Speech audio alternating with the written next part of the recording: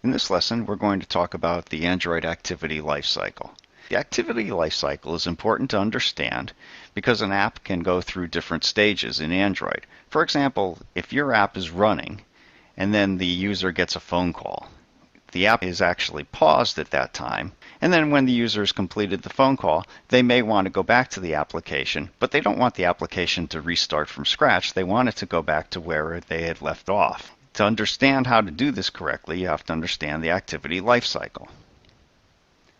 This image comes from the Android development site, and it's in two parts because it doesn't fit very well in PowerPoint.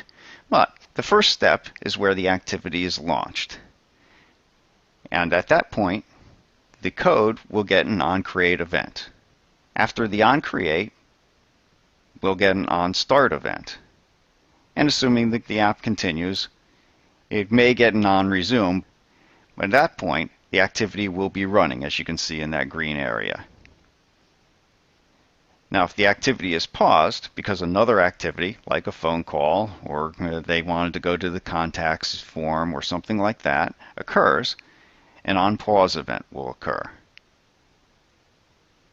At that point, if they resume the activity by putting it back into the foreground, the activity will get an onResume event. If the activity is not immediately resumed, Android may come and garbage collect it and kill the process. At that point, the activity would have to be completely restarted. And instead of resuming, it would go back to the onCreate method. If the activity is no longer visible for long enough for that to occur, then we get an onStop event.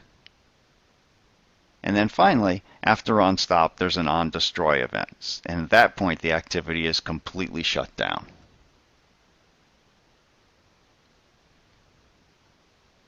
So let's take a look at those events a little bit closer. And these are the overrides that you can get within an activity class.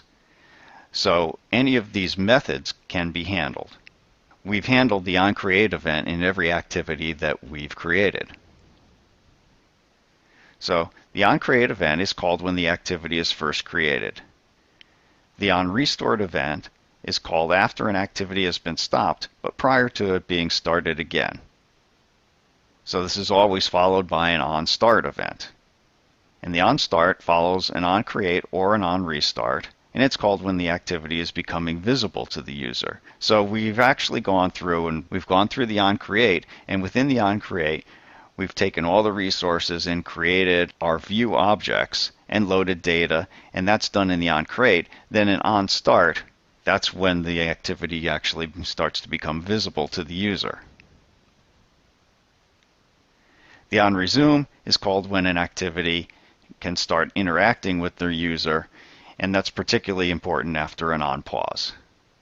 The onPause is called when an activity is going into background. Basically, the user hasn't shut down the activity, or the operating system has not shut down the activity. The user has just gone to some other task on the device. The onStop method is called when the activity is no longer visible to the user.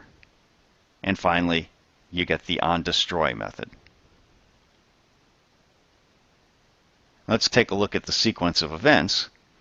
So when an activity loads for the first time, onCreate is called, then onStart, and then onResume. Regardless of whether the activity has been paused or not, it still goes through that code. Perhaps the user clicks the phone button, the activity then goes into background. So an onPause event is received, and then an onStop. Once the user exits the phone call and the activity goes back into foreground, an onRestart event is received, and then an onStart and an onResume.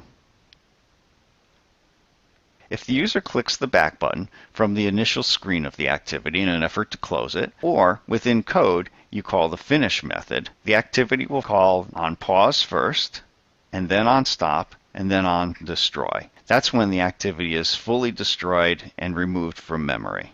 If you call the finish event in code, these things don't necessarily happen immediately because the Android operating system determines whether there's enough memory pressure to actually garbage collect the application or not. So on destroy may not happen until the garbage collection is ready to destroy the activity.